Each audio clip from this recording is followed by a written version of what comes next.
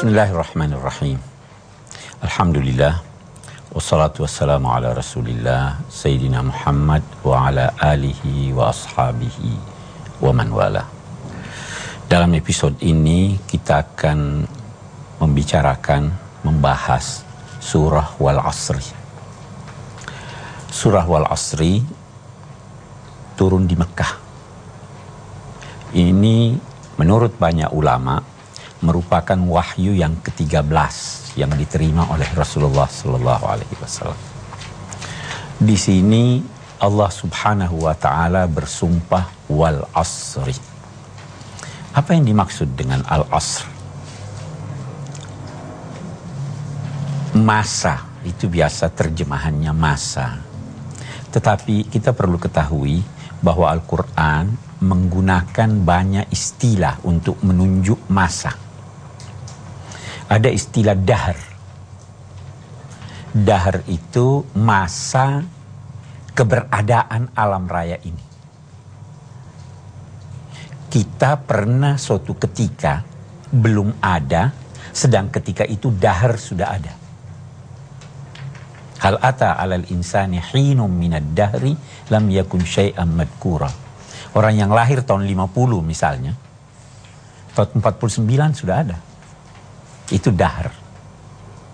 Orang yang mati tahun 2005, tahun 2006 masih ada, akan ada. Atau yang mati tahun 2000, 2004 ada.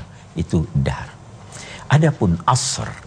Asr itu masa yang dilalui oleh sesuatu. Kalau ada orang lahir tahun 50 dan meninggal tahun 100, atau dia lahir tahun 1950 meninggal tahun 2000, antara 1950 sampai 2000 itu asr dia. Setiap orang punya masa hidup. Ada yang dinamai asrir rasul, masa rasul. Itu kerasulan 23 tahun, masa rasul. Nah, di sini Allah bersumpah dengan wal asri. Itu berarti Allah bersumpah dengan masa yang apabila dikaitkan dengan manusia, masa yang dilalui manusia mestinya sejak dia lahir sampai dia mati. Wal asri. Ada lagi yang dinamai ajal. Ajal itu masa berakhirnya sesuatu. Ajal manusia tiba waktu berakhir hidupnya di dunia. Saya punya gelas pecah, tiba ajalnya, sudah tidak bisa dipakai. Itu ajal. Nah, ada lagi yang dinamai waktu dalam bahasa Al-Quran. Waktu itu adalah masa di mana suatu pekerjaan harus selesai. Ada waktunya salat nggak? Katakan waktu salat. Waktu salat zuhur mulai sekian sampai sekian. Itu sampai sudah harus selesai. Lewat dari itu sudah. Di sini Allah bersumpah wal asri. Banyak pendapat ulama tentang apa yang dimaksud dengan al-asr. Ada yang menyatakan bahwa Allah bersumpah demi masa Rasul. Tetapi pendapat yang paling baik adalah Allah bersumpah demi masa secara umum. Ada lagi yang berkata yang dimaksud dengan asr adalah waktu asar. Nah, sebenarnya kata asr dari segi bahasa itu berarti memeras. Memeras. Kenapa waktu menjelang matahari terbenam dinamai asar? Karena ketika itu manusia sudah hampir selesai melakukan segala kegiatan. Sebentar lagi maghrib dia akan berada di rumah. Dan waktu itu seakan-akan sudah terperas keringatnya. Itu sebabnya dia dinamai asr. Waktu asar. Okay. Allah bersumpah wal asri. Demi masa. Innal insana lafi khusrin. Sesungguhnya manusia sungguh lafi di dalam kerugian. Khusr itu sebenarnya bukan hanya berarti rugi. Khusur bisa berarti sesat, bisa berarti celaka. Banyak. Segala yang akibatnya negatif itu namanya khusr. Rugi. Baik. Al-insan manusia. Tetapi ulama-ulama membatasi makna insan di sini dalam arti orang yang sudah dewasa dan berakal. Tidak masuk anak-anak. Anak-anak kan belum mukallaf. Jadi kita belum bisa berkata dia rugi atau tidak rugi. Nah, demi masa, sesungguhnya manusia benar-benar di dalam kerugian. Khusrin, ada bunyi nun ya, itu namanya tanwin kan. Itu mengisyaratkan aneka ragam. Banyak. Sesungguhnya manusia benar-benar di dalam aneka ragam kerugian. Nah, kita sekarang bertanya, mengapa Allah bersumpah dengan al-asr? Mengapa Allah bersumpah dengan masa? Karena modal manusia yang paling berharga adalah waktunya.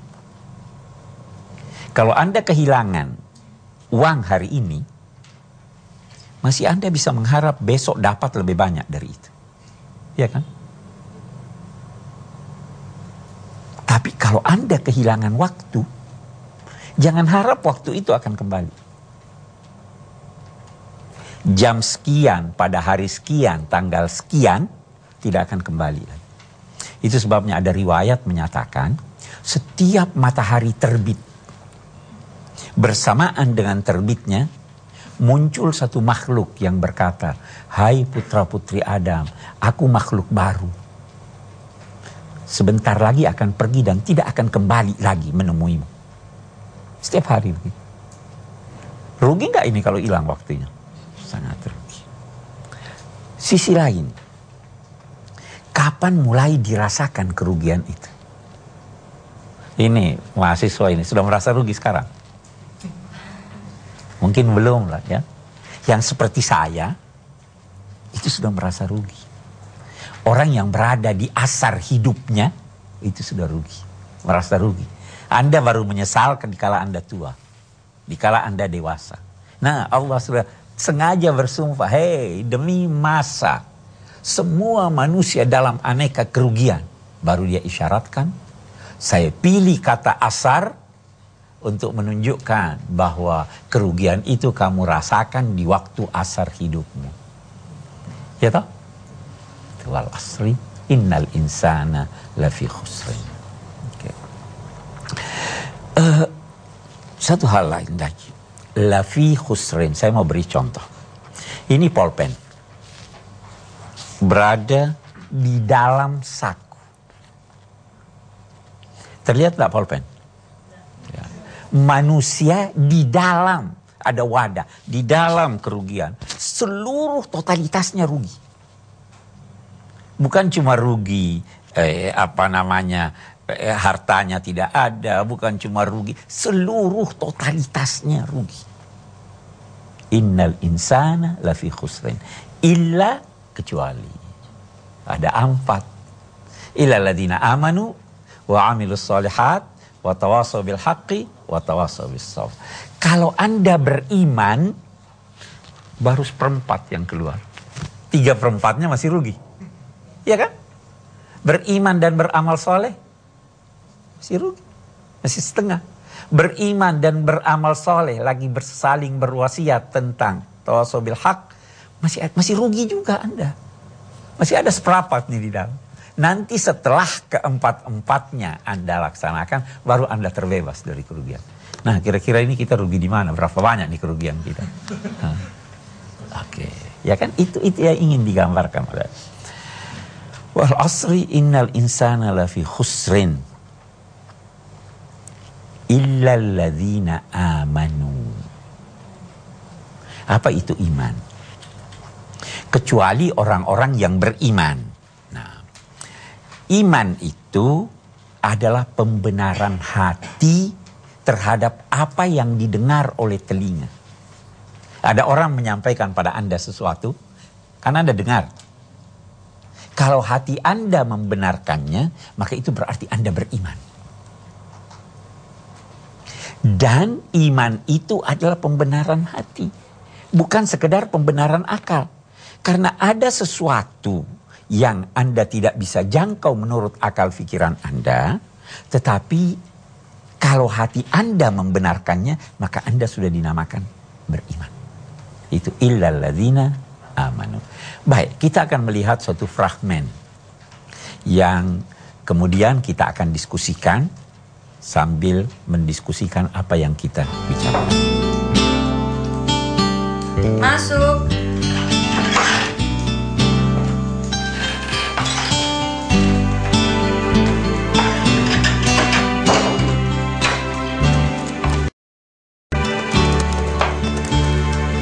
Vi, kamu kok nggak keluar-keluar kamar sih? Lagi ngejar deadline, Mah. Deadline apa? Ini loh. Devi lagi nyelesain tesis S2. Oh, ya sudah kalau begitu.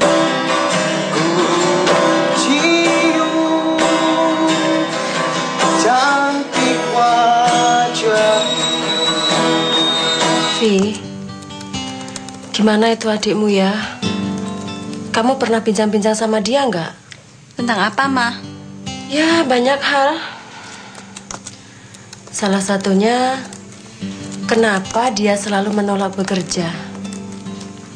Mama ini sudah bosan ngelihat kelakuannya setiap hari, Vi. Kalau nggak main catur, main game, kemudian gitaran, terus pergi mancing. Yang telah ku rasakan.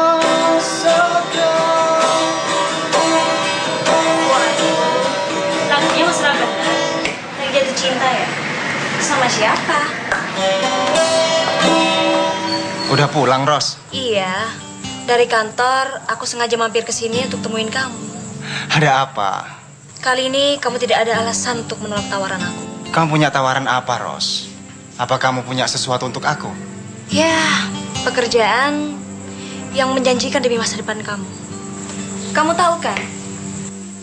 1 minggu yang lalu, aku dipromosikan naik jabatan. Dan aku membutuhkan seorang konsultan. Dan pilihan itu jatuh ke kamu. Wah. Berarti aku ini hebat dong. Ya, syukur. Tapi sampai saat ini aku masih belum bisa berubah pikiran, Ros. Artinya aku masih belum bisa berminat untuk bekerja. Ya, aku masih tetap ingin seperti ini, Ros. Santai. Biarkan aja lah, Ma. Suatu saat nanti, dia pasti nyesel. Devi sih sudah sering ngingetin Harry. Tapi, dia nggak pernah menggubris. Sekarang, di mana Mah dia? Itu di teras. Maaf, Rosa. Maafkan seandainya kata-kataku tadi menyinggung perasaan kamu. Sampai kapan kamu seperti ini? Berjuta-juta orang susah payah mencari pekerjaan. Ini kamu tinggal masuk kerja, malah kamu tolak. Maksud kamu gimana sih? Aku juga nggak ngerti, Ros. Aku nggak ngerti.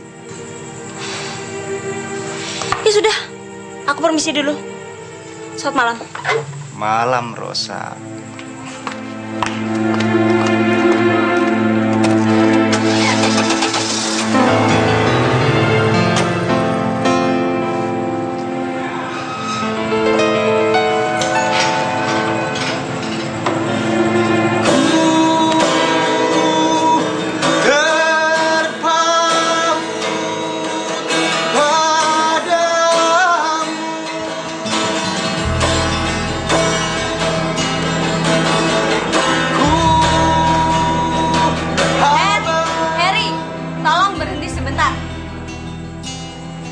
Aku mau bicara sama kamu. Kakak mau ngomong apa? Paling-paling juga soal kerjaan. Harry sudah bosen, Kak. Bosen? Ada kok. Harry. Sebentar ya. Her, kakak mau ngomong sebentar, Her. Telepon dari Om. Ya, Ma. Assalamualaikum, Om.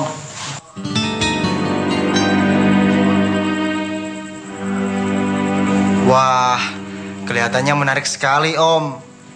Tapi sampai detik ini Harry belum punya minat untuk kerja, Om.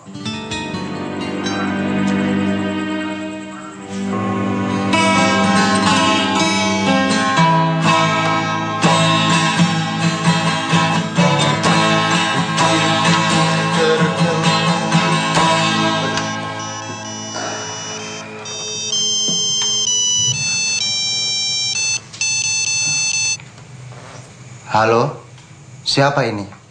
Halo Her, aku Vin. Ingat gak? Temanmu SMA dulu. Apa kabar? Wah, Vin. Aduh, gimana kabarnya sekarang, Vin? Waalaikumsalam. Telepon dari siapa, Mah? Dari Om Anto, nawarin kerja buat adikmu. Pasti nggak mau kan? Iya, persis dugaanmu. Terus, bagaimana ya, Fi? Kamu dapat nomor teleponku dari siapa? Dari Iwan, teman SMA kita juga. Kamu kerja di mana sekarang ya?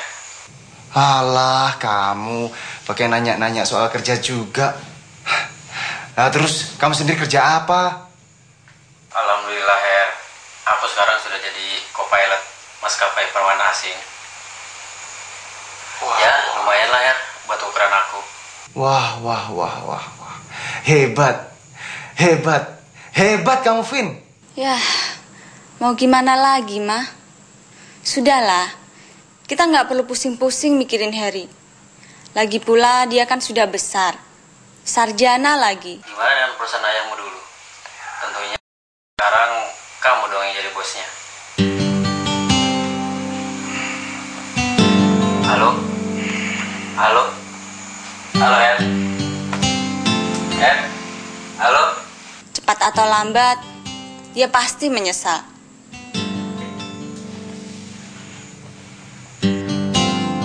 Vin yang waktu di SMA dulu, anak orang yang kurang mampu. Sekarang jadi co-pilot dan sering ke luar negeri. Aku, anak orang yang lebih mampu, tak berdaya, tak ada kemauan kerja. Belum teman-teman yang lain. Pasti ada yang lebih hebat. Sementara aku hanya santai, dan santai. Malu sekali aku. Padahal aku seorang sarjana ekonomi. Bodoh nian aku. Aku telah menyanyiakan waktuku. Bismillahirrahmanirrahim. Dari fragmen tadi, saya pribadi mengambil benang merah bahwa penyesalan selalu datang belakangan. Pertanyaannya, adakah tips-tips khusus agar kita tidak terjebak dalam hal yang sia-sia? Dengan kata lain, kita pribadi dapat menyelamatkan diri kita di saat kita tenggelam dalam kesia-siaan. Cukup sekian, terima kasih Pak. Ada tip-tip, itu ada ungkapannya, sesal dahulu pendapatan, sesal kemudian tak berguna. Apa maknanya itu? Antara lain, pikirkan baik-baik sebelum Anda melangkah. Itu satu, itu tipnya satu. Yang kedua, sadarilah bahwa modal Anda yang paling besar itu adalah waktu. Nah, yang ketiga, supaya Anda tidak menyesal, kaitkan seluruh aktivitas Anda dengan Tuhan. Itu Anda tidak menyesal itu. Karena walaupun Anda gagal, Anda dapat pahala. Walaupun Anda, selama niat Anda sudah demi karena Allah, Anda ingin melakukan pekerjaan ini karena Allah, itu sudah baik itu. Tapi Anda gagal, itu sudah dapat pahala lagi. Nah itu saya kira kiat-kiat semacam itu bisa membantu kita untuk tidak menyesal, tidak rugi. Jelas ya? Kita lanjutkan. Wal asri innal insana lafi khusrin illa alladzina amanu. Iman itu bisa diibaratkan dengan rasa kagum atau cinta. Orang yang bercinta selalu ada tanda tanya di dalam hatinya. Itu sebabnya cinta bergelora. Benar enggak ini? Selalu ada tanda tanya. Iman juga seperti itu. Pada awal-awalnya selalu ada tanda tanya. Itu sebabnya Nabi Ibrahim pun pernah bertanya, Rabbi arini kaifa tuhyil mauta. Ya Allah, tunjukkan kepadaku bagaimana engkau menciptakan yang mati. Allah bertanya, awalam tu'min. Dia katakan, bala, walakin liyatma'inna qalbi. Oke, itu.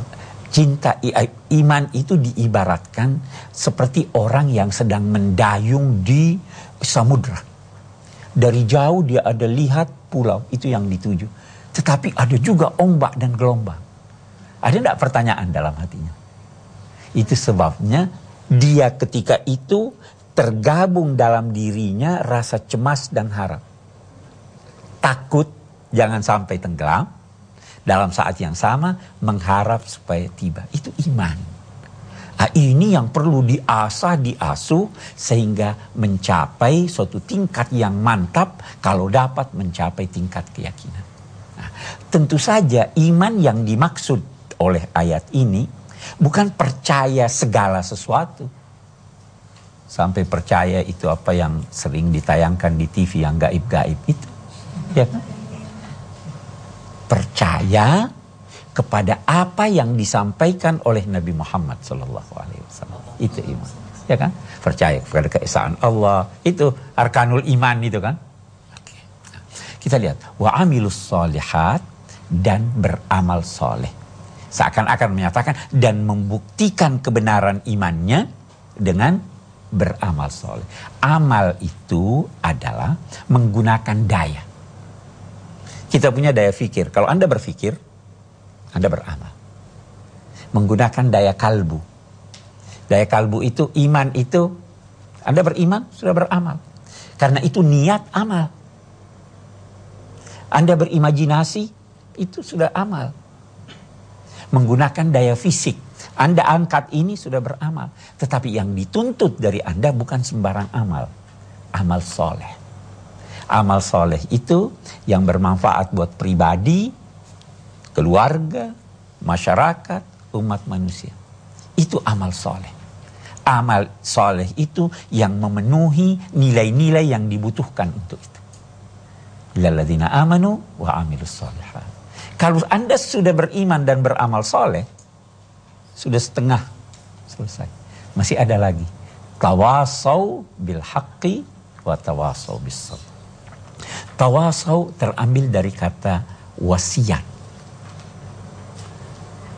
Ardun wasiyah, tanah yang wasiyah, itu adalah tanah yang terus ditumbuhi tumbuhan. Seakan-akan wasiat itu adalah penyampaian dengan kata-kata halus, suatu pesan agar diamalkan oleh orang lain secara bersinambung. Terus menerus. Nah, tawasau itu bentuk kata yang menunjukkan saling. Jadi saling wasiat mewasiati. Saya rugi kalau saya tidak berwasiat pada Anda. Apa yang saya tahu, saya tidak sampaikan pada Anda, saya rugi. Tetapi saya juga rugi kalau saya tidak menerima wasiat Anda. Nah, ini menunjukkan apa? Kita itu masing-masing punya kelebihan, punya kekurangan.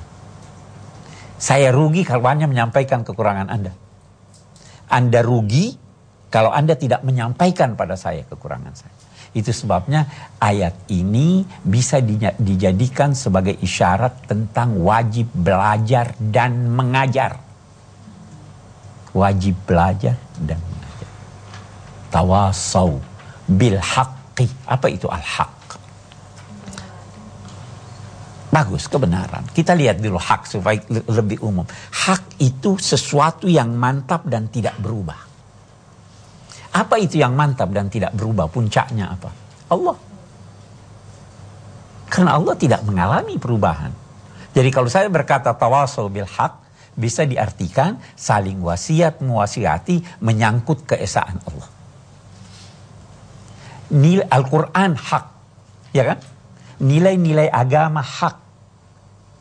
Saling wasiat mewasiati menyangkut nilai-nilai agama.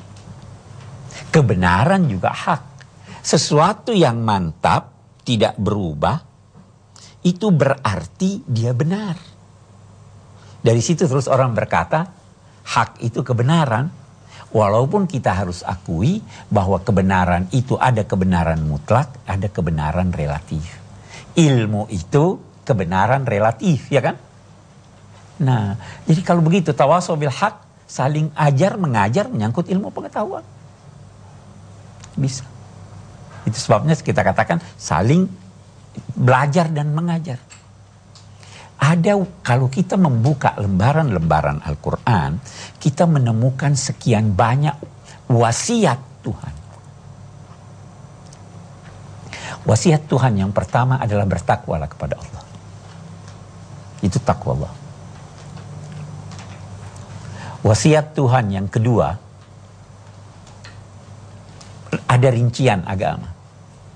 Misalnya, yusikumullahu fi auladikum lidzakari mithlu hadzil unsayain. Warisan, itu wasiat Tuhan, laksanakan. Ada 10 wasiat Tuhan, ada di suratil An'am ayat 151 sampai 153. Nanti bisa dibaca itu, ada rinciannya.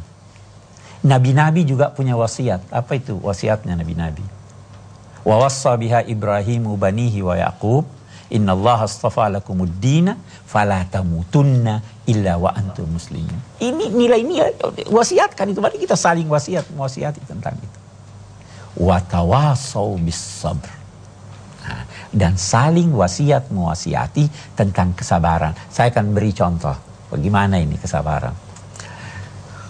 Saya punya anak atau saya punya teman tidak sholat atau melakukan satu keburukan. Saya perlu nasihati atau tidak? Nasihati sekali. Belum mempan. Nasihati 2 kali. Belum mempan. 3 kali belum mempan. Bagaimana sikap ibu? Bagaimana sikap Anda? Ah udahlah, biarin aja. Saya udah bosan kasih. Rugi nggak itu? Karena Anda tidak sabar. Nah, kesabaran itu, sabar itu artinya, sabar itu dalam bahasa berarti menahan. Sabar itu menahan gejolak nafsu untuk mencapai yang baik atau yang lebih baik. Nah ini mahasiswa sekarang. Anda selesai S1. Ah udahlah. Sudah mau kawin, udah mau ini. Iya kan? Ditahan itu gejolak nafsu untuk mencapai yang lebih baik. Yang lebih baiknya apa? S2. Sudah sampai S2. Sudah ada, udah mau berhenti. Perlu sabar enggak? Masih perlu sabar, ditahan lagi sampai S3. Masih perlu sabar enggak? Sampai Anda mencapai, sampai berakhir masa hidup Anda. Itu menuntut ilmu harus sampai minal mahdi ilallah.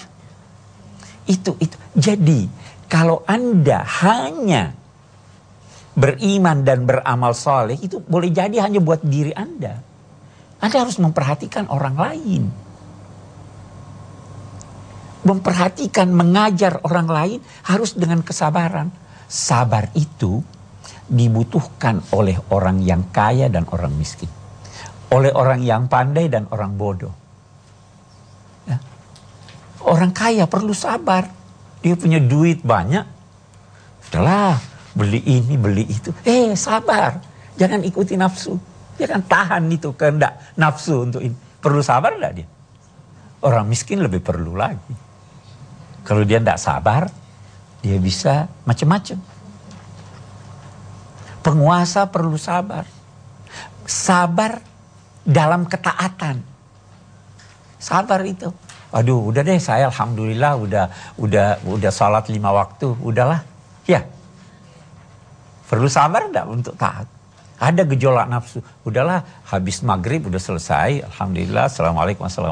Enggak usah salat sunnah. Perlu sabar, tahan itu gejolak nafsu. Itu sabar. Jadi sabar adalah kebutuhan umat manusia.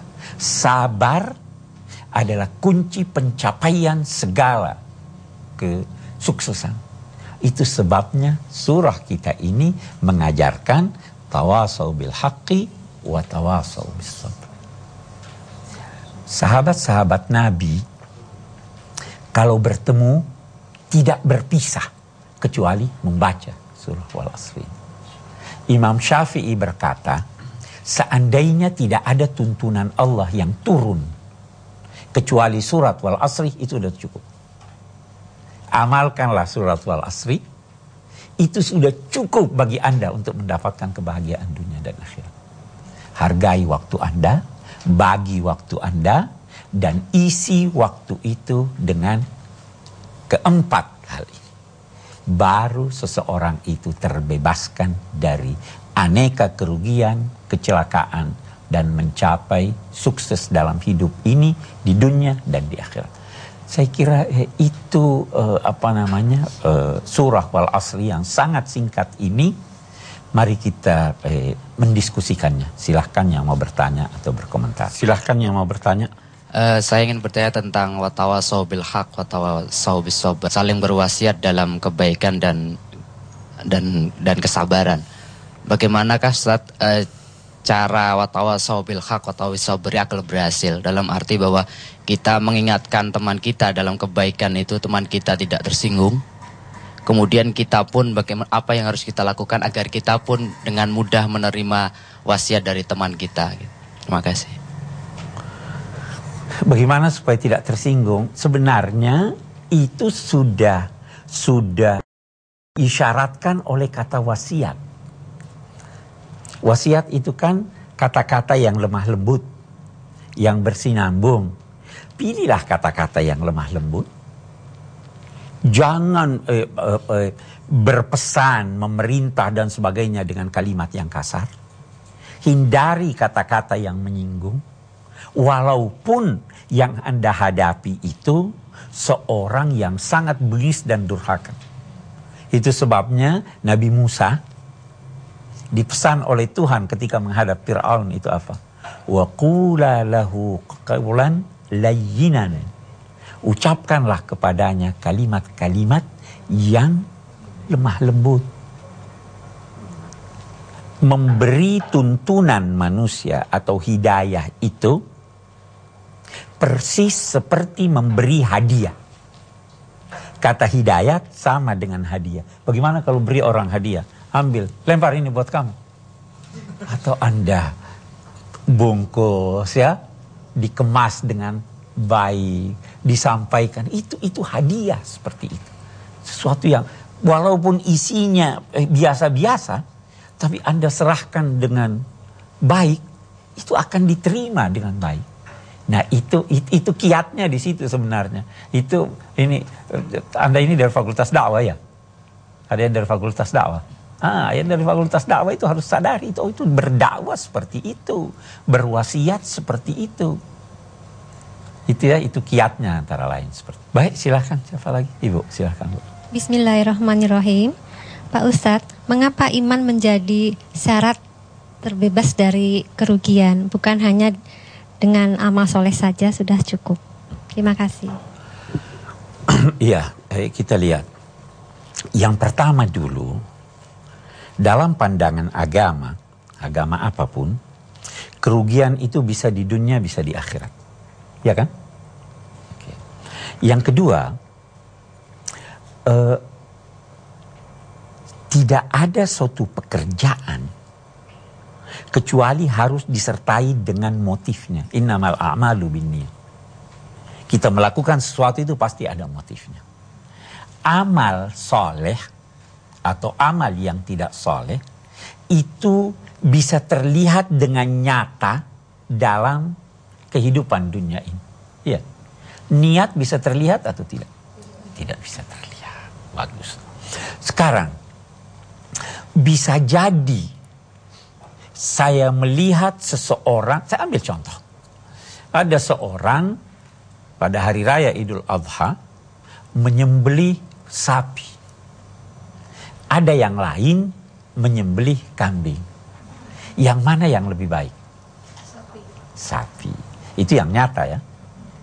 Kalau dilihat motifnya, belum tentu. Disinilah peranan niat. Itu sebabnya dalam ajaran agama ada iman dan ada amal soleh. Iman ini harus kepada Allah. Baru amal Anda mendapat ganjaran. Bisakah, wajarkah pembantu di rumah saya pergi minta upahnya pada ibu? Tidak wajar. Nah, wajarkah seorang yang tidak beriman kepada Allah lantas mau minta upahnya dari Allah? Tidak wajar. Karena dia melakukan pekerjaan ini tidak disertai dengan keimanan kepada Allah, walaupun dia beramal soleh dalam penilaian manusia di dunia ini, tetapi dia tidak memperoleh ganjaran karena tidak beriman kepada Allah. Dia datang menuntut di hari kemudian, persis seperti pembantu saya yang datang menuntut pada ibu. Ibu berkata, kamu tidak kerja pada saya kok mau datang minta upah. Allah juga bisa berkata begitu, kamu tidak beriman pada saya kok datang menuntut pada saya. Ini kan logika kita sebagai manusia. Itu sebabnya iman perlu ada. Jelas Bu ya? Baik. Kita akan menyimpulkan. Apa kesimpulan surat Al-Asri? Apa pesan Allah di sini? Saya kira yang pertama pesannya hargailah waktu. Nah, dalam konteks menghargai waktu, Nabi ada memberi pesan. Alal mar'i ma lam yakum maghluban ala aqlihi ayyakuna lahu sa'an. Seorang selama belum terkalahkan akalnya oleh nafsunya, selama belum gila, hendaknya dia mempunyai waktu-waktu tertentu. Sa'atun yunaji fiha rabbahu. Ada waktu dia berdialog dengan Tuhan. Salat, bertafakkur, zikir, ada waktu untuk itu. Wasa'atun yuhasibu fiha nafsahu. Ada waktu dia melakukan introspeksi terhadap dirinya. Wasa'atun yatafakkaru fiha fi khalqis samawati wal ardh.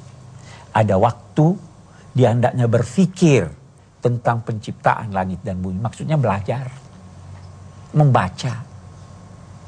Wasa'atun yakhlu fiha lihajatihi wa hajati ahlihi min mat'amin wa mashrab. Dan ada lagi waktu yang dia gunakan untuk memenuhi kebutuhannya dan kebutuhan keluarganya, makan, minum. Itu pembagian waktu minimal. Ada waktu buat ada waktu buat bekerja, ada waktu buat beristirahat. Dibagilah itu waktu. Dilihat. Saya tidak berkata seperempat buat ini, seperempat buat ini, seperempat buat ini. Tetapi dibagi secara proporsional. Itu yang pertama pesannya. Yang kedua, sadarilah bahwa penyesalan tidak datang terlebih dahulu. Tapi penyesalan itu datang kemudian pada waktu asar hidup seseorang. Yang ketiga, yang kita bisa ambil kesimpulan di sini adalah waktu itu netral. Tidak ada waktu sial, tidak ada waktu mujur. Semua waktu sama. Ya toh? Yang sial adalah karena ulah Anda. Yang mujur karena usaha Anda. Jadi jangan beranggapan hari ini hari sial. Hari itu sial. Angka ini angka sial, angka itu tidak sial. Tidak ada itu. Waktu adalah netral. Saya kira ini kesimpulan yang dapat kita ambil dalam konteks memahami surah Wal-Asr. Baik, bapak-bapak, saudara-saudara, ibu-ibu, kita cukupkan sampai di sini. Insya Allah kita bertemu dalam episode yang akan datang. Wassalamualaikum warahmatullahi wabarakatuh.